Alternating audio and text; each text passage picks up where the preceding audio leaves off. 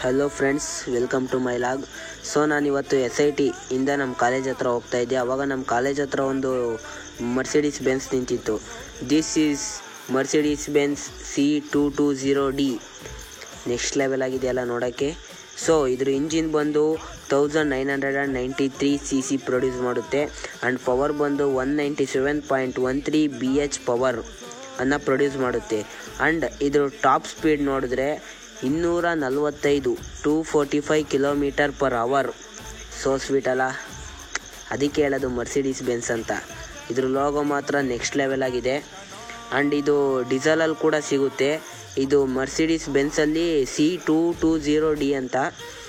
And ಇದ್ರ price ಬಂದು I think 62 showroom price ಇರುತ್ತೆ. ಆ್ಯಂಡ್ ಆನ್ ರೋಡ್ ಪ್ರೈಸ್ ಬಂದರೆ 74 lakh ಹೋಗ್ಬೋದು.